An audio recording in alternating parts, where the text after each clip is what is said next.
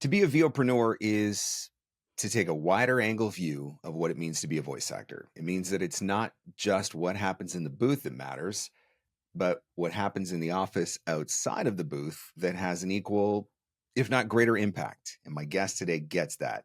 And she's been making other voice actors take notice of this fact as she teaches us all to have a CEO mindset. Her client list includes Pepsi, Google, and Welch's. Welcome to the show, Danielle Famble.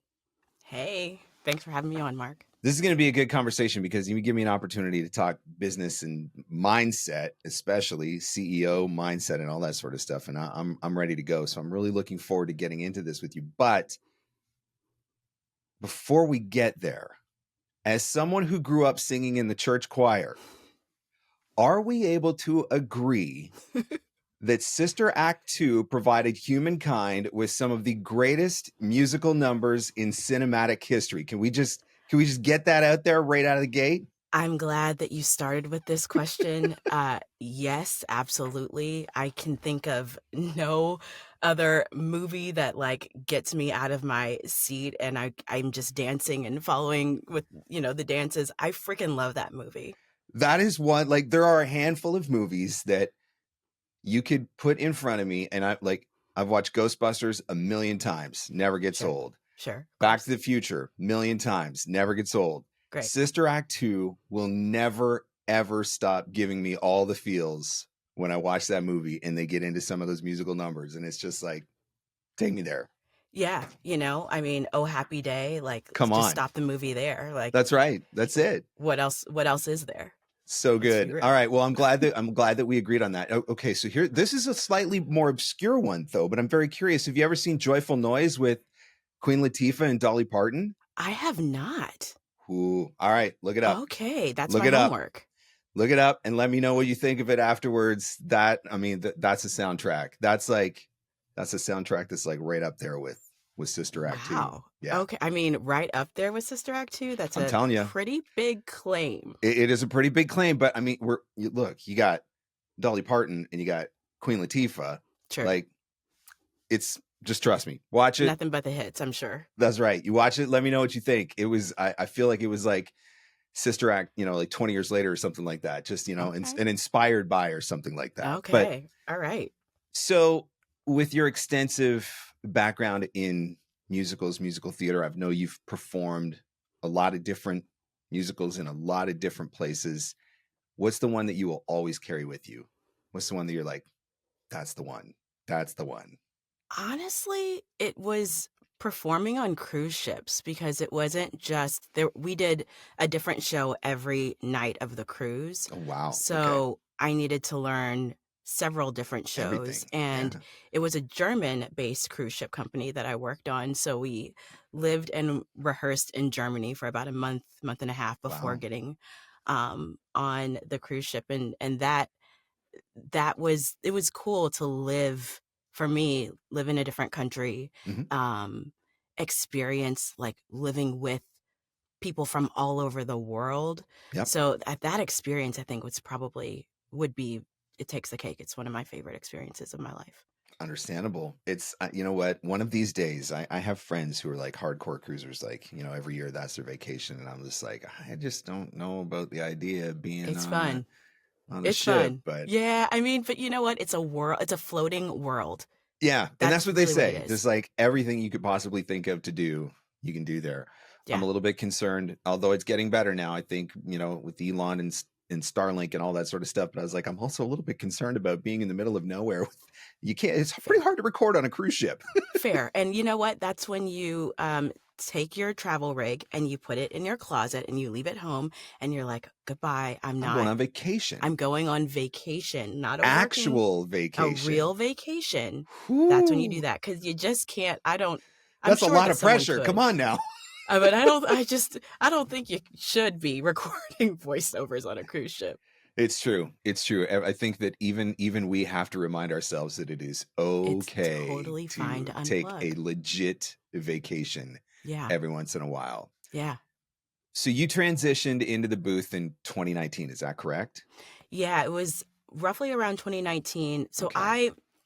I was doing musical theater in various regional theaters and then did the cruise ship for a little bit. And eventually I was just like, I really like sleeping in my own bed. It's a thing that I personally enjoy.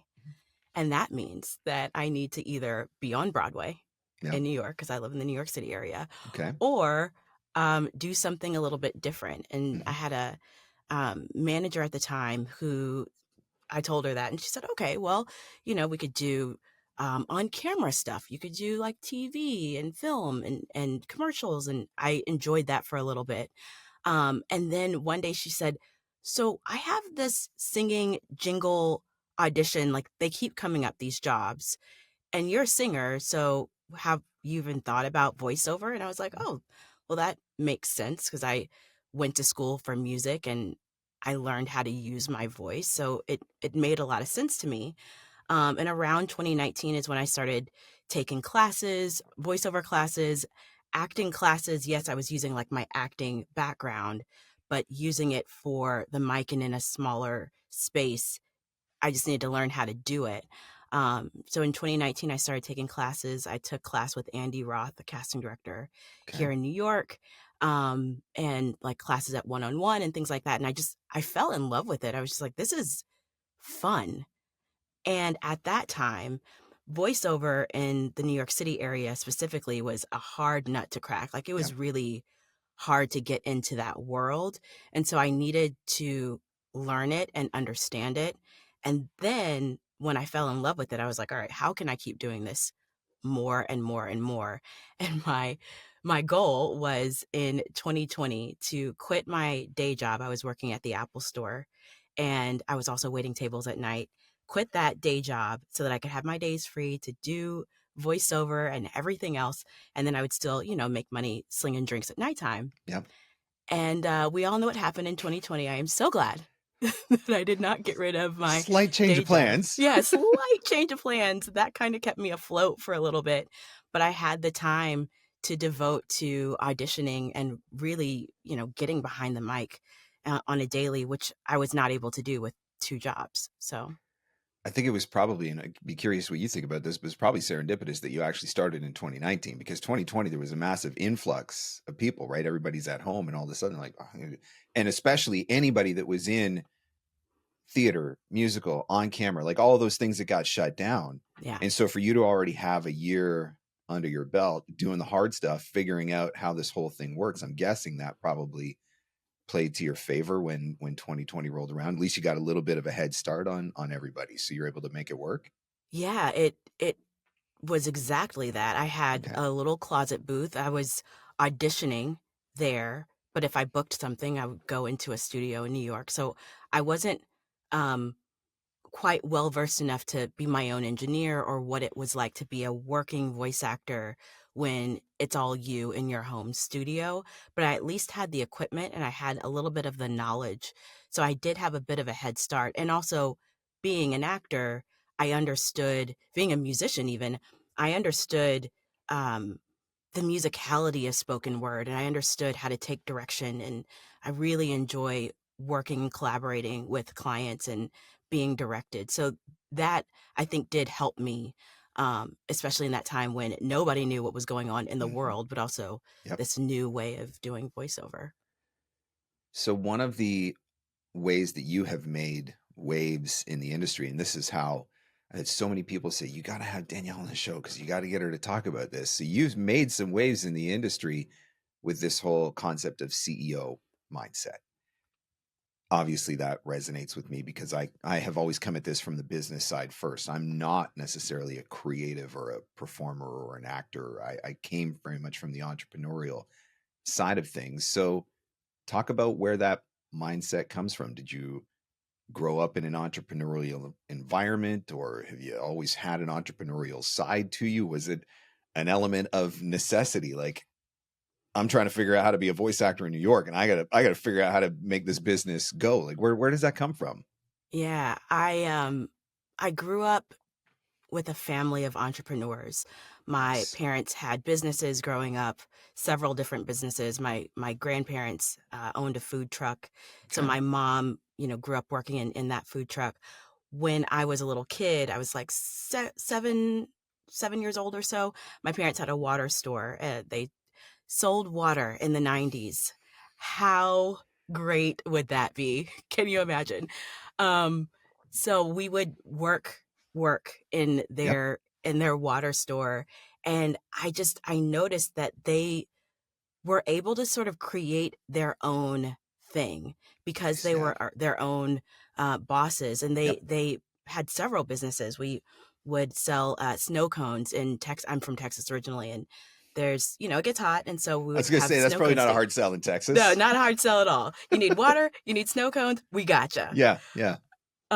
So I grew up knowing that you can create your own thing and you can be your own boss, and that wasn't like a foreign concept to me. It was also important to my parents to teach us how to handle money and how to Nice. make sure that we took care of, our finances. And so Mm-hmm. talking about money was not something that was, not for children Right. in my household. So that was I think a really great firm foundation.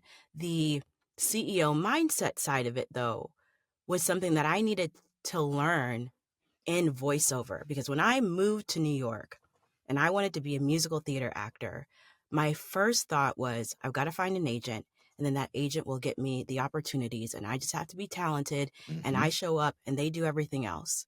And that's what I did Yep. for my entire time of, being a stage actor. Mm-hmm.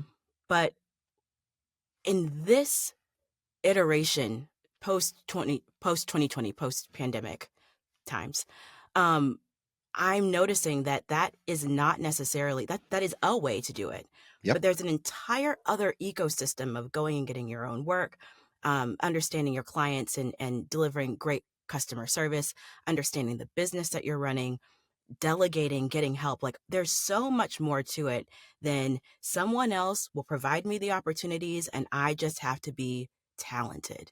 Yep. There's a whole world, and you can create an amazing business and life for yourself if you understand these concepts. I wish that I came from that side where I had that level of talent that I could just get the right agent and, just sit back and enjoy the riches, fame, and glory. But, I had Kay Bess on the podcast a few weeks ago. We did an interview together, and it was kind of what you just talked about. Kay and I came at this from totally different ways. She was in LA. She got an agent that opened up doors to opportunities. Like, she took that, I guess some might consider that the traditional road to Sure. voiceover. Yeah. I grew up in a small town in the middle of nowhere in southern Ontario, Canada. That was not going to be an option for me. And so I took a very different road. And that's where the VOpreneur thing came from, was just recognizing, like, I can go out and I can hustle, and I can do the things for myself that an agent might do for me if I was in a New York or an LA or a Chicago or something like that. But it's not that one is better than the other. It's just that there's different roads that you can take. So I'm guessing then, having that entrepreneurial background in your childhood, there came a point then where you're like, all this stuff that I learned, all these lessons that I have from, growing up selling water and snow cones or whatever, this is what's going to help me really grow my business. It's funny. It did not occur to me that I had this rich background that could help me grow and thrive. I struggled through it. And it was only in looking back at the lessons learned, because I didn't know what I was doing, especially in like 2020. It was Black Lives Matter and everybody needed, diverse voices, and I had no idea what I was doing. But I think inherently I knew customer service, Yep. because I've been a waitress since I was legal to work. So I understood like what that part of it looks like. Also working at the Apple store, they provide excellent customer service, whether you like the products or not. There's so much to be learned for how to surprise and delight your clients, and how to speak to what you can do and what you can offer.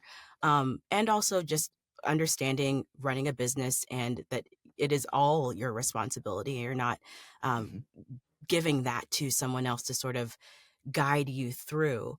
But I didn't recognize that it was happening at that time.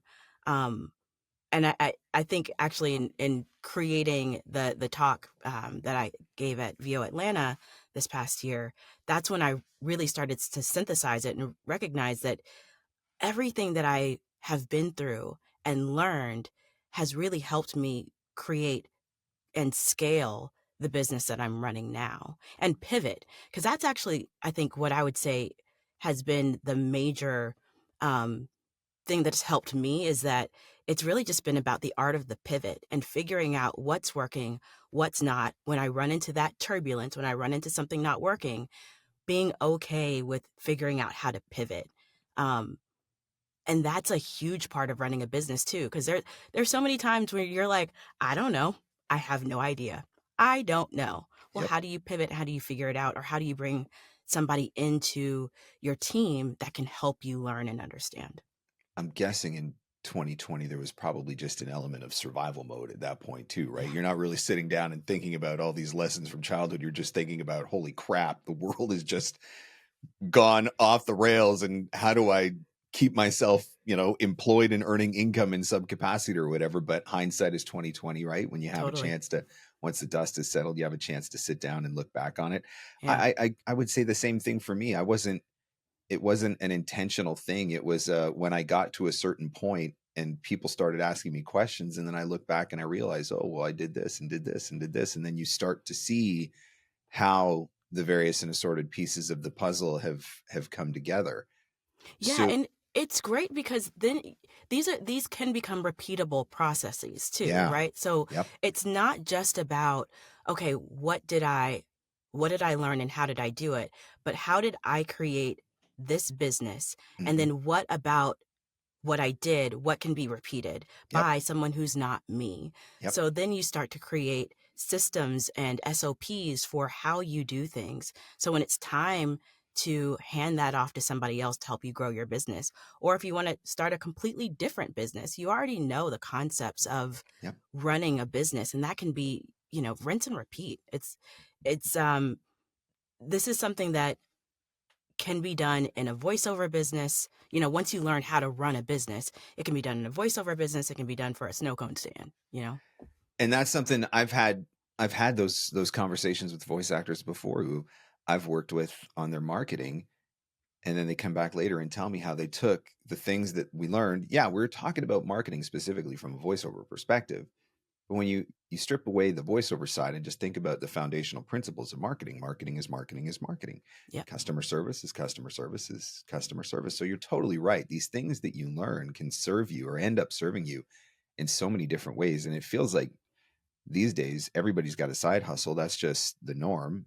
Some Yeah. people because they just want to, or they are doing something they love. Some people, you just have to. It's just the nature of trying to pay your bills in this current economic environment. But it's nice to have those things that you can apply to whatever else it is that you're doing, because you're right, those things are universal. So you're 5 years in, looking back over those 5 years, what is one aspect of the business side of the business that presented the greatest challenge for you, and what did you do to overcome that?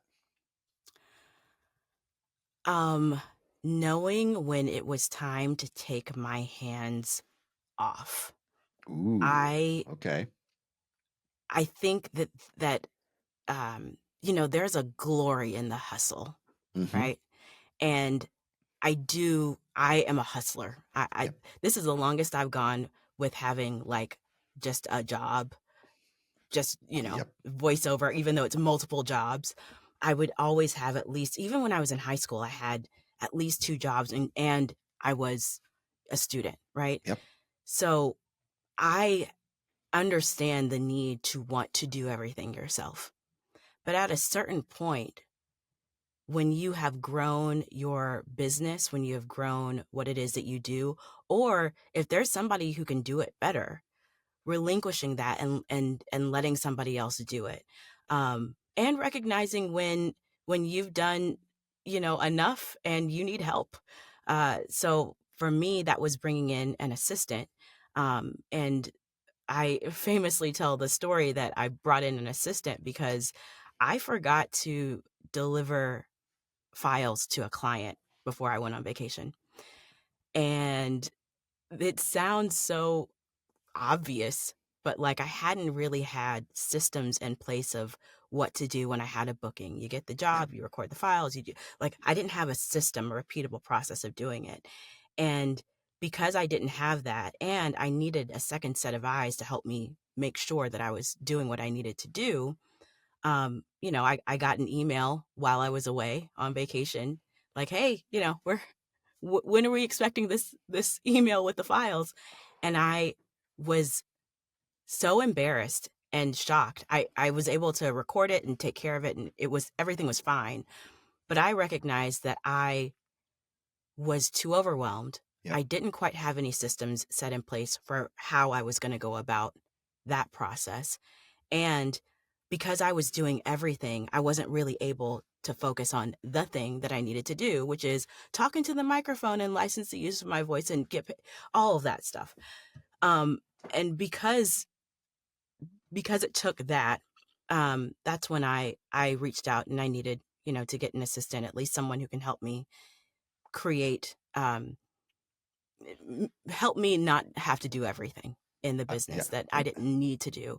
And the major issue for me was finding that person and trusting them to do what they needed to do, and delegating with authority. Yep. That was the biggest hurdle for me, but it has been the biggest game changer in my business, because now I have a second set of eyes. I have a second brain. I mean, and my assistant does a lot of things better than I do, because this is all they're focusing on. And just having the humility to know that, like, it's time to relinquish. Let's explore that a little more, because I know for me, I say all the time, I got trust issues, and it's, I know I can do it. I know I can do it well. The stupid thing for me is I teach other voice actors how to do it. So why couldn't I teach somebody else to do it for myself? But there is an element of trust there. There's a control element there. So how did you get over that? Was it just the necessity of, okay, I dropped the ball here, I don't want to drop the ball again? Or was it, I've hit a level and I'm not going beyond that level unless I figure out a way? Like, what was it that prompted you to finally say, okay, I got to get over this hurdle, this trust hurdle or whatever, and just get somebody else in here? How'd you do it? It was a little bit of both. It was I recognize that I'm at a ceiling, and to get over it, I can't keep doing what I've been doing. What got me here isn't going to get me there.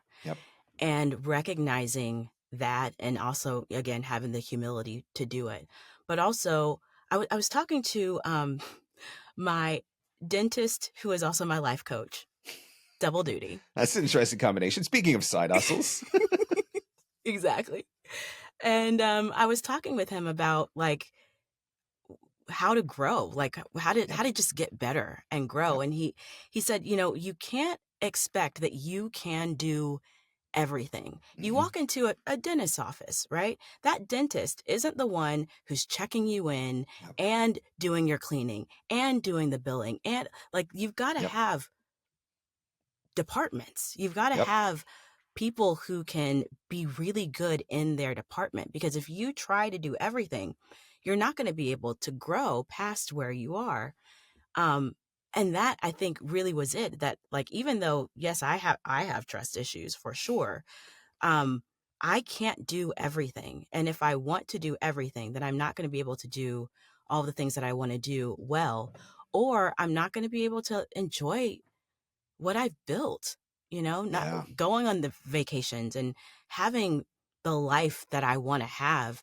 I don't want to work myself to death, because I don't have to. And there's something really beautiful about being able to create something for someone else, create a job, and teach other people, how to do what you're doing. And that requires a level of honesty, radical honesty. But understanding that, like, you could do it all. You can, but you may not be able to do everything at once. And so how do you want to grow? And it's funny, because just by the very nature of what we do, we don't generally speaking anyway, we're not the ones writing the ads.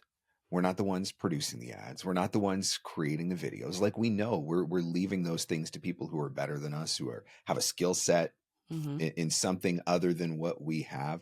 And so we recognize it. We work with it every single day. We work with all these people who do all these different things. But in our own business, it's like we can't make that same recognition that maybe there's somebody who could do lead generation more efficiently than me, or somebody who could do email marketing more efficiently for me, or, I'm not very good at my social media, and I don't enjoy my social media. What if I had a social media manager who did some of these things? But that is coming back to that CEO mindset, right? That's where you have to take off the voice actor hat, and you have to look at your business as a business and be able to see those types of things. I'm a big fan of paying attention to my numbers, and not specifically, or not strictly just financial numbers, monetary numbers, but what's my audition booking ratio? What's my, what genres are most of my jobs coming from? All sorts of things like that, because I think there's a lot of clues in there. I'm guessing you have that same mentality. I'm a nerd. I could tell by the smile on your face. Tell me about that. Talk about that. What are the things that you're paying attention to, or in your business, and or maybe for somebody who's not doing it yet or hasn't done it yet? Like, what are a few of the different things that you think that they could be looking at that would give them clues as to how they can shift, pivot, grow, hit the next scale, whatever? So I first and foremost always look at revenue, because the purpose of a business is to make a profit, right? Yep. So I care about the numbers when it comes to the money. I am constantly looking at how much was brought in, also how much has gone out, because revenue minus expenses is profit, and profit matters, right? So I'm constantly looking at what's coming in, and I want to know, where is it coming from? So I want to know if I'm booking a lot with a particular agent, or if I'm booking a lot with my managers or pay to plays or wherever, because then you can see, well, I'm crushing it here. So maybe I need to continue to focus on that particular part of it, because I'm already doing so well. Or I think I could have a little bit of room to grow. I think I can probably spend a little bit more time on pay to plays, for example, so I can maybe bring in an extra $500,000 a month, maybe something like that. I like to look at that. I like to also look at audition to booking ratio, although I don't obsess over it that much, but I do want to make sure that I am auditions are marketing, right? So I want to make sure that I am 100%. constantly putting out auditions, and quality auditions as well. I look at where I spend my time, like my days, and that really can just go at looking at my calendar. I live by my calendar, so that while that's not necessarily like a number metric, you can go back and look and see like where you're spending your time. Right now, it's not necessarily a business thing, it's more of a life thing, but I'm spending a lot more time on my health and a lot less time on things like social media or other things. So which is probably good for your health. it's been a game changer. Shocking. I logged into Facebook today for the first time in a little while, and I was like, what is this thing? There's a lot of information here. It's crazy. So really, like, looking at where you're spending your time. I am not huge into direct marketing yet. I think that is definitely going to be something that I put more attention into, but then I would be looking at how many touches how many emails have I sent out, how many new contacts do I have, like those kind of things. And when you can see the numbers, then you know what you can tune. But for me, it always starts with the money, because I'm running a business, and the business needs to be able to sustain itself with money. And that for me is kind of where I know to kind of look and dive a little bit deeper. I want to get into that, because you said something earlier that I wrote down that really stuck with me. The fact that you talked about money in your house, even when you were a kid. Yeah. Which I think is something that a lot of people don't do, or if it's being talked about, generally speaking, it's not in a positive light. It's usually a lot of negative narratives around money. It's funny, I'm going to go upstairs for dinner after this interview, and my kids are going to ask me about, did you make any money in the stock market today, Daddy? Because, we talk about stuff like that. Mm-hmm. I'm convinced that 90% of us, if not more, have money blocks and negative money issues. Yeah. I did. Yeah. For a long time. Sure. I would love to hear what you think about that, the narratives around money, and how do we get some better narratives around money? Because you're right. We're in business to create revenue, to create profit, to make money. It shouldn't be something that we're uncomfortable talking about or we get queasy talking about. Because if that's the way you feel about it, it's going to be a lot harder to make it. Yeah, it's not going to come to you. I honestly believe that. I believe that money is energy. Not to get like super woo-woo about it, but I do believe that money is energy, and having money and how you think about it and how you spend it and what you do to save it and use it is going to have huge impacts on all of your life. I think that going back to being an actor and theater and everything else, I remember sort of being resigned to like the musical Rent, right? Where it's kind of just like, we've got to be starving artists and we've got to just kind of just get by, and we're just grateful for whatever next opportunity. I do not subscribe to that. And I didn't even when I was in, pursuing a musical theater career. I just don't think that being a starving artist is sexy. Yeah. It's just not. What is sexy is paying your bills. Amen. Having food in your refrigerator. Yes. Having a savings account that's healthy.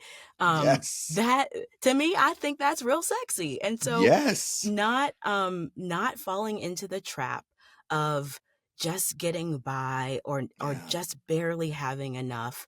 There is so much work and there's so much opportunity. And even if it's not the money coming in just through your voiceover business, having a side hustle or a full-time day job that helps with what you're doing in voiceover is wonderful. And there's so much worth and worthiness in being able to have enough, more than enough. That really changes, I think, how you feel when you get to the mic, when you can negotiate a job and say, this is my worth, this is my rate, this is what I want to be paid for this, and you're not coming from a place of scarcity. Yes. The correlation between like personal finance and being comfortable with how you deal with money in your business. I think they're married. I think they're just hand in hand. And for me, I had to go through a personal finance glow up to be able to feel how I'm feeling about money in my business. They are so, intertwined in my mind. And I think that people who are maybe afraid of money should really work on that with their own personal finance, because it's going to show up in your business too. I think it's funny that you started out by saying, not to get too woo-woo, and I'm totally the guy that does not want to get too woo-woo.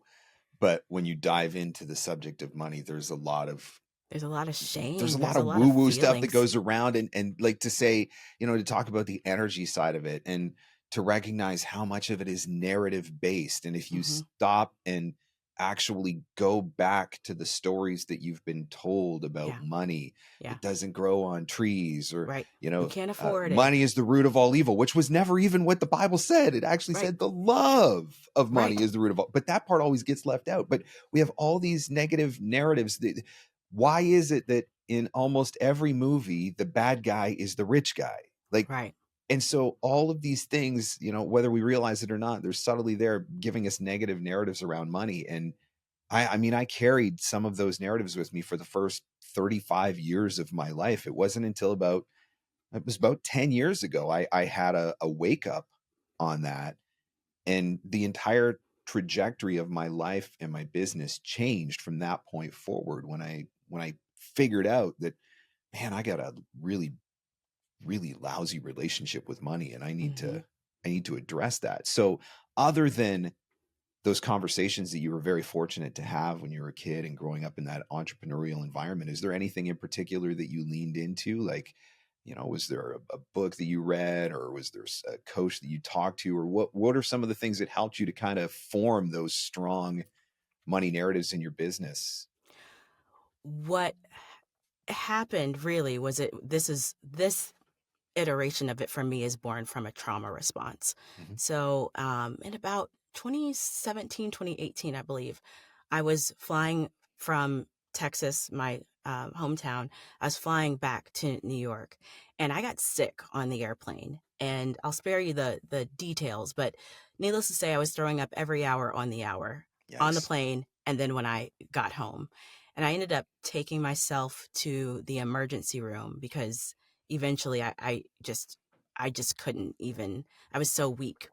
Um, and I remember lying in the emergency room and thinking to myself, I don't know how much this is going to cost. Now, I know you're in Canada, so like maybe there might be a different thing with healthcare, but Yep. I knew it was going to be real expensive, and I Yep. knew that I did not have the money Yep. to pay for it.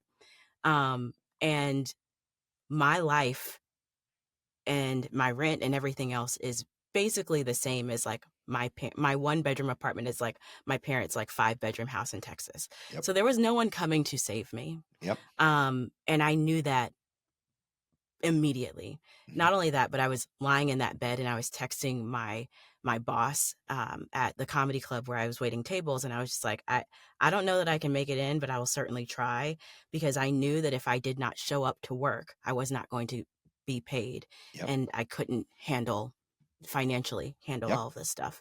And it was at that moment where I realized that I don't have the financial infrastructure to to insulate me from being sick. I was a healthy Yep. 30-something-year-old, and I was not able to protect myself from myself if something were to happen. Yep. And the way to help me with that would be to have money, Hmm. and I didn't have any. And so I remember looking at all of my different accounts. I had student loans at the time, not that much, but some. I Hmm. had some credit cards, but I was raised with a healthy fear of credit cards, so Yep. it wasn't like a lot of credit card debt or anything. But I remember looking at um, the numbers of what it was that I owed and how much I needed to have to feel more comfortable financially, and I realized that just looking at those numbers made me uncomfortable. Mhm. So I started opening up my bank account every single day and just greeting my money every Yep. morning. First thing, open your bank account, look at it, until those feelings started to subside, because I recognized that I'm just looking at numbers, not a representation of how bad I am as a person or Yep. how much I do or do not have, really dealing with my feelings when looking at numbers Yep. in my account. That helped. Then I started paying off my student loans. I started paying off debt and saving at the same time. Um, and eventually, went and looked at it. By March of 2020, I had $10,000 in my savings account by just doing those things. And it was amazing going into the pandemic for me, having a nest egg, when like a year and a Yeah. half prior, I had nothing and I was laying on a hospital bed, like Security, peace of terrified. mind. Yeah, the peace of mind that came Yep. from it. And it wasn't necessarily the number, but it was knowing that I was insulated from whatever was happening at that time. Um, One of the things that helped me with that was reading Ramit Sethi's book, I Will Teach You to Be Rich, where he talks Yep. about automating your finances, It's a good one. automating your savings, because I was too scared to transfer money, but the robots had no problem with it. So that really helped.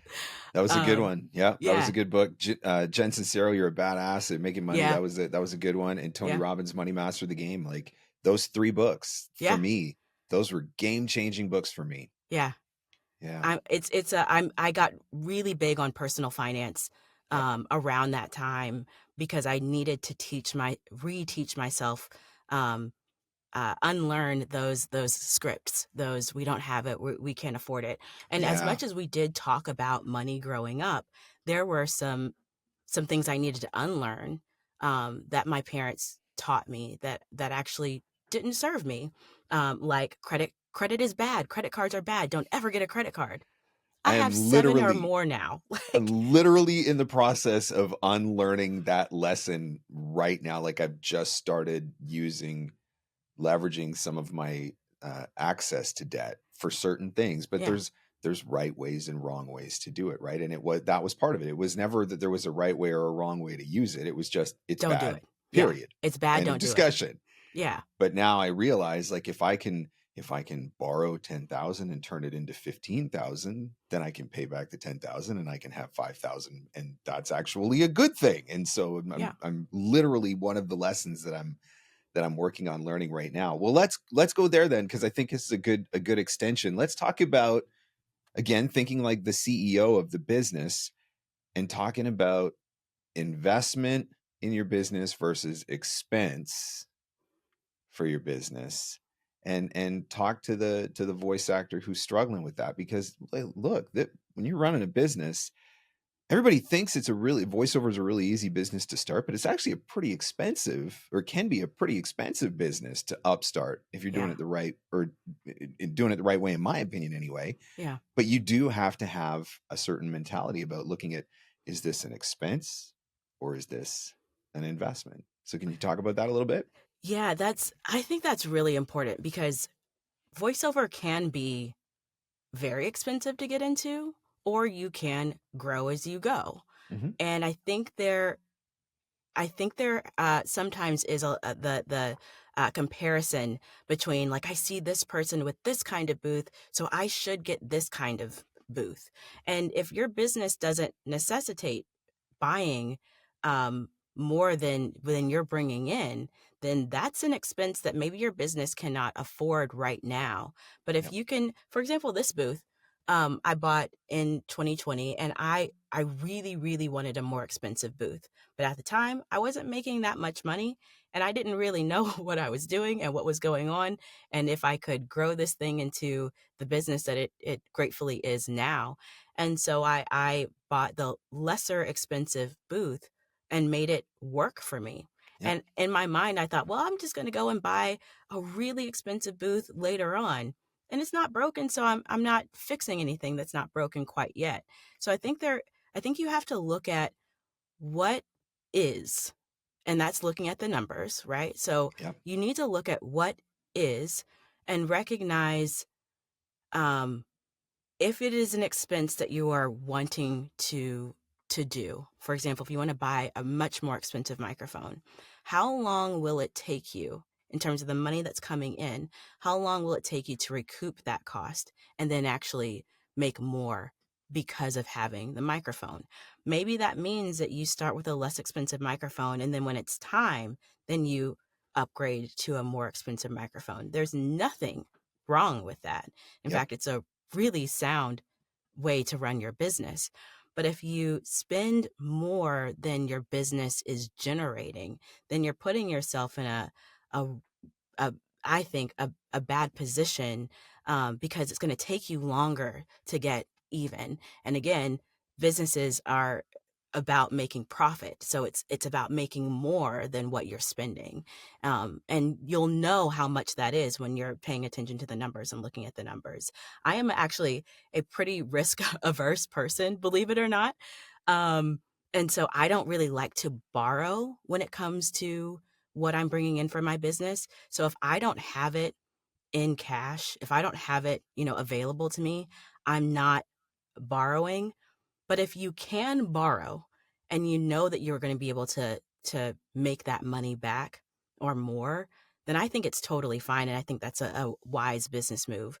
But for this business, I don't know that you necessarily need to go and borrow a ton of spend a lot of money before you're really bringing in, enough money to cover it. I mean, I leveraged some, I used leverage in the beginning to get myself started, but I didn't go out, I was 10 years into my business before I built the booth that I have now. I was probably 6 years full time before I finally spraying for the 416. Like I was using, right? So I borrowed some money in the beginning to get started, but I didn't get started up here. You know, I got started down here, and then over time, incrementally invest to grow or whatever. And I think that I definitely think that's a smarter way to do it. Sometimes we come out of the gate. I think starting up a business, this voiceover business, I think you can very easily spend $20,000 or $25,000, but that doesn't mean that you got to spend $20,000 or $25,000 in the first week. Exactly. You might spend $20,000 or $25,000 in the first year or two as you slowly work your way and grow. But then you've got to be able to sit down and there has to be, for me, there's got to be a return on investment equation that goes into that. Course. If I buy this microphone, I've got a perfectly good microphone right now that works. It's making me money. If I buy this other microphone, is it going to make me more money? Or am I just buying this microphone so I can say, hey, I have this microphone and I can make myself look good or whatever? Like there's got to be a reason. For me, there's got to be a reason to spend that extra money, make that investment, know that there's some sort of profit coming on the other side of that. Totally. I feel like if I look at everything as far as the ROI of what is this going to get me? I just got back from the J. Michael Collins Euro retreat in Dublin. And I look at even those experiences, maybe it's not something tangible, right? But I look at even those experiences, what am I getting out of it? Am I getting just a good time? That's great. All right, cool. Or am I meeting people that can help me? Am I learning something? Like, what is the return on this investment?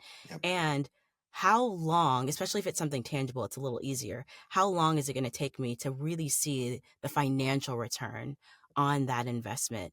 And is it worth it? Some things, I bought things for my business that maybe I don't need. Certain subscriptions probably shouldn't have it. But I was able to calculate it and understand why I was doing what I was doing. And I think that really is the major thing, is if you understand the why behind it, because that's part of the CEO mindset as well. If you think like the way a CEO runs a company, they're not just out here just trying and throwing things at the wall. There's usually a why behind it. And if you can provide that, and you can provide like when the money is going to, make it at least break even, or you're going to make more money because of what you've done, I think that's really the best way to go about it in any business, especially for, VOpreneurs and for people who are trying to be mindful about like how they are building and scaling their businesses. We've talked a lot about the financial side of things. Obviously, there's major importance in knowing the numbers. That is part of thinking like a CEO. I want to spin it a little bit, and I want to talk about success, because I think success is often automatically equated to the numbers. I'm a successful voice actor if I earn X number of dollars. And I think that is oversimplified. I think there's so many different ways that you can define what success looks like. Monetarily, that might be part of it, but that's not the exclusive, or at least I don't think it's the exclusive. So as someone who does think with a CEO mindset and looks at her business from that perspective, I'd be really curious to know how you define success. What does that look like for you in your business? Man, that's a good question. And it's kind of elusive because I am so focused on the numbers. I used to think that success was only measured by the numbers. And then at the end of the year, I'll look back at the numbers and think, oh man, I could have done better. I could have done more. And I don't celebrate the success of what has happened. So definitely I would start by saying, looking at goal setting. Maybe it's saying, all right, I did really great last year. I want to make at least the same amount of money. That to me is success. I also look at success in my life. I'm a full-time voice actor. I moved to New York from Texas over 16 years ago to be an actor. And I am the actor that I moved here, left my family to become now, not in the way that I thought I would be. That is success. 100%. It's success. Period. Even if I stopped today, I hit the goal that I left my house in Texas 16 years ago to have. I wanted to be an actor in New York. I love it. You know? So that I think, and it's quiet, but that's something, I'll be honest with you, Mark, I really do struggle with that sometimes, because sometimes I don't even recognize that simple fact. But figuring out what success looks like and what it means to you, and then celebrating yourself when you do achieve it, or at least when you get close or you're on the right track. Um, those things, I am horrible at celebrating myself, and I'm starting through therapy. Thank you to my therapist, to really understand that this is now the harvest time. This is now me reaping what I've sown for so long. There's got to be wins along the way, right? Yeah. And I think that's part of it. I think that every one of us, we're probably doing better than we give ourselves credit for. We've probably 100%. accomplished more than we give ourselves credit for. Yeah. But if we don't have that definition to look back and measure against, then it's no wonder that we're not giving ourselves credit for doing more than we realize, or being further down the road than we realize, or accomplishing more than we realize. And so I think it is one of those things that I think is really important to figure out, what does it look like for you so that you can measure up against it. The other thing I'm curious about for you is running your business like a CEO. What are the tools that you are using that you could not run your business without? Notion is where I keep all of the data. And I've just started playing with Notion. So she has the face only a mother could love. And once you play with Notion, you'll understand what I'm talking about. I consider myself to be a pretty tech savvy guy. That piece of software has made me feel like a complete Luddite. Like, I'm telling you, it's like one of those things where, I don't, and it's fickle. Like, cause I accidentally, I think, deleted like 3 months of data because I moved something and I didn't even realize it. But my assistant was like, "Hey, where's this report at? I can't find it." And it's because I did something, and to this day, I have no idea what I did. So it's fickle. Yep. But I needed something that to me didn't exist in the other CRMs that were out there. And so I found a Notion expert who created a database for me, specific for what I was trying to look at. So Notion is that's my day to day. I put every single audition that I've ever done in there. I'm talking like, not just I did an audition. No, I have, who was it for? What were the specs of the audition? Yep. How much does it pay? And then I have a pipeline for turning that audition into a booking. And then did it get paid, and all of that stuff. I'm a nerd. In case I love it. That's what I that's the sort of stuff. Some of those things are some of the things that I'm looking at for Notion, and I'm realizing it's like the first time there's a part of me now, there's like a stubborn streak in me, because it's like the first time in my life I've adapted software that I haven't been able to figure it out on my own. And I'm like, I'm going to have to either hire somebody, or one of the things with Notion, there's a ton of templates that you can choose. There's other people out there who have already done the hard work and created the templates and all that sort of stuff. And so, but it is pretty robust, or I think it seems to be anyway, have the capacity to be very robust software. So it has the capacity to be very robust software. You just have to figure it out. And it also has the capacity to possibly want to drive you to drink. But no, exactly. It's got the capacity to do a lot of things. I mean, it's it's pretty open, and you can create so many different things with it, and you can bring in automation with it as well, which is really cool. And there's a lot of different softwares that work with it, which is why I like it. Previous to that, I was using VoiceOver. I was using Close for a little bit, and all of those things worked for me. I moved over to Notion because I needed specifically to track like my exclusivity, and I needed to see it in a specific way, at least that made sense in my brain. So Notion is Bay. I also use Jamelius, which is sort of an add-on on top of Google Gmail. And that is actually how my assistant and I communicate with one another. So there's sort of a side panel in Jamelius on each each email where you can collaborate with anybody who's on your team. For me, that is my assistant. Um, and my assistant has visibility to my email by using Jamilius instead of me giving my my passwords and everything else. So that's been really cool because we can collaborate. And sometimes I'll like write a note on the side of an email like, remind me to do this, or I can't believe I agreed to that, or what was I thinking, or what happened here? You know, just like a whole side conversation inside of an email.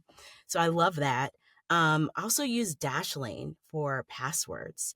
Dashlane is how you can share your passwords with someone else without actually sharing the password itself. It encrypts it. Ooh, okay. I like that. So that's cool if you're going to be working with somebody.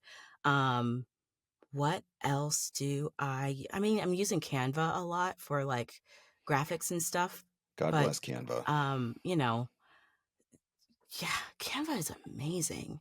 And you've talked about this a little bit, but I am not afraid of technology. And so I try to find any tool or even AI to help me do what I'm doing and run my business. So for example, with Notion, there is a company called Relay, which basically can help you automate things like Zapier, essentially is kind of what it is.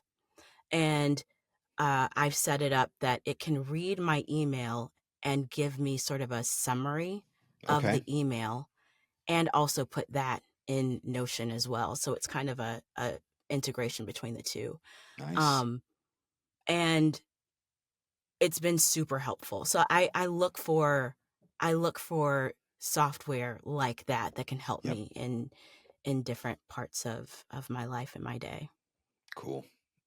Yeah, one of these days I'm going to crack the Notion nut, and I feel like it's going to be an amazing thing for my productivity, but I got to get there. It's really, honestly, it takes a while, and I think, you know, my suggestion to you would be hire it out. Yep. Get somebody else who can help you with it.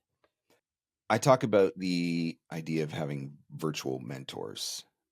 And so for me, that can come in a lot of different ways. It could be podcasts that I listen to on a regular basis, or books that I read, or certain authors that I follow, bloggers, maybe influential business leaders or thought leaders or things like that on social media. So they're not people that I know directly, but I consider them to be virtual mentors. Who are you following? Are there books that you're reading that, you know, if I was going to gift one book, I would give this book, or if I was going to suggest one podcast, it would be this podcast, or if there's an account that you follow that you particularly enjoy or learn from or whatever, what are some of those virtual mentors for you? First of all, I'll start by saying mentorship is a game changer, and utilize the wisdom of other people to help you get to where you're going, because absolutely, if you don't, it'll take you longer, and you'll bump your head a few more times than you need to. In terms of mentors, a personal mentor and someone that I know personally in voiceover has been Maria Pendolino. I follow her. If she said jump off a bridge, I'd be like, well, see Maria you down said there, it, girl. so it must be a good idea. You say so. So like, I think it'll be fine, right? So I would say, you know, find people who are as close to what you're doing and where you are. In terms of virtual mentors, I said his name before, I'll say it again, Ramit Sethi. He has a podcast and a book, and another book coming out really soon about money and personal finance. And he also talks about business show too. As well. Yeah, Netflix show. He really, like, I can definitely look at the time when I started really following him and see the correlation in how I treated my money and my money growing. Cody Sanchez is also somebody that I like. And you and I will agree on this. I already know. But the reason why is because she talks about boring businesses and acquiring businesses. And I hinted at it before, but I'll say it again. How you run your voiceover business can also be how you can run other businesses as well. And once you learn the fundamentals and the foundations of running a business, then you could do that for other businesses and then grow, what you're doing. I think everything that she talks about is brilliant, and I'm I found geeking out. her, I don't even know, maybe 3 months ago, She's I amazing. found her, and I have fallen down that rabbit hole Oh, yeah. hard. Yeah. Like, I'm listening to all her I listen to her show now. I listen to interviews that she's been on. I watch her YouTube content and, follow her on all the different social media. And oh man, and I think everything that you said about her, I'm 100% on board with. And it's just no BS with her. Exactly. Like, she just lays it out, tells it like it is. Whether you like it or not, she doesn't care. It's just truth and good advice. So I'm totally on board with that one. Yeah. Yeah. And she talks a lot about like business acquisition. So like if you were someone who wanted to grow a business, instead of growing your own business, maybe buy a business that's already doing well. And then you can help that business grow with like what and the systems that you put in place and everything else. And I think that's really smart. And I watched my parents do it. Actually, my parents with a water store, they didn't just wake up one day saying, you know what, I think I want to just sell water. They saw somebody's business, they were closing their business, and they decided to buy that person's business and grow it. So it's another way to be a business owner and run businesses, is not necessarily just doing it yourself from the ground up. It's taking something that already exists and building it or growing it. And that's another way to do it. And I think the people who are best positioned to do that are people like us who are already running businesses, because we already know how to do it. We know what works. Yep. I love it. I could talk about this all day. Like so could I. This could very quickly turn into a 5-hour podcast interview. All right. Well, the reason why I wanted to have you on is I surveyed my audience and said, who do you guys want to hear from? And your name came up so often. You gave a talk at VO Atlanta that everybody was talking about. So are you going to be giving it anywhere else? Is there anything coming up or any events that we should know about? Or do you do any kind of coaching or anything like that? Like, for people who want to dig more into this and learn a little bit from you, because I feel like I got total FOMO after I heard everybody going on about your talk in Atlanta. I was like, dang it, why didn't I go to that one? So now I want to see it. So I need to know, is it happening again? That's funny. I don't have any plans to do it again, although I think I should. And I've been asked to turn it into something, more and bigger and really expound on it. I part of it was really a personal challenge of, I got real comfortable in my booth and getting out was more the personal challenge of doing it. And oddly enough, the chick who was on stage, like singing and dancing, was so happy to do it. I was just like, oh my gosh, standing in front of a room and talking to people, me. So I don't really have any plans of doing it again, although I need to change that, obviously. And I might be speaking at another conference, but it's not confirmed quite yet. Okay. But I think I should, and I love talking about business. I love talking about numbers. I love talking about money. I just think, for me, there's not enough people who in our industry who are having those specific conversations. Tom Deere is fantastic. He loves to have those conversations. Yeah. Maria does a great job of talking about some of this sort of stuff. Ann Ganguza was one of the first people that I ever got connected with in VoiceOver, who's very, talks a lot about the business side of things, but it is a conversation that I don't think happens enough. Yeah, and I agree. So, and like, people will listen, but you can only hear it from me so many times. Like, eventually there's got to be a new voice that comes in with a different take or a slightly different perspective or whatever. And so that's why I was grateful that that you had an opportunity to do that, because it also wasn't always the kind of session that conferences had. And even if they did have them, it certainly wasn't the session that everybody was attending. But my understanding was that you had pretty much pack the place out. And so Yeah, it was good to have this opportunity to have this conversation with you, and something to be revisited later, because I feel like there's probably 100 more things that we could for talk sure. I think about. we would And nerd out about like yeah, we totally could. There's definitely at some point there's going to have to be a conversation. You and I are going to have to connect and talk some more about Cody Sanchez and all the oh, things for we're learning sure. from her, because I'm very much enjoying her content lately. But Danielle, this has been so fun. Thank you so much, Mark. This So has been fun fun. for me too. And I just thank you. I appreciate your honesty and the way that you come at this and the mentality that you bring to it. I think it's not the natural mindset that voice actors bring into this. Yeah. I think it's especially cool to hear somebody like you doing it, because you are a creative, you are an actor, but you have this business side. And sometimes I think that's harder to learn, to be the actor first and adapt to the business side. Whereas Yeah, I for came from sure. the business side and figured out, the voice acting thing. But you're living proof that you can be both and do them in a big way.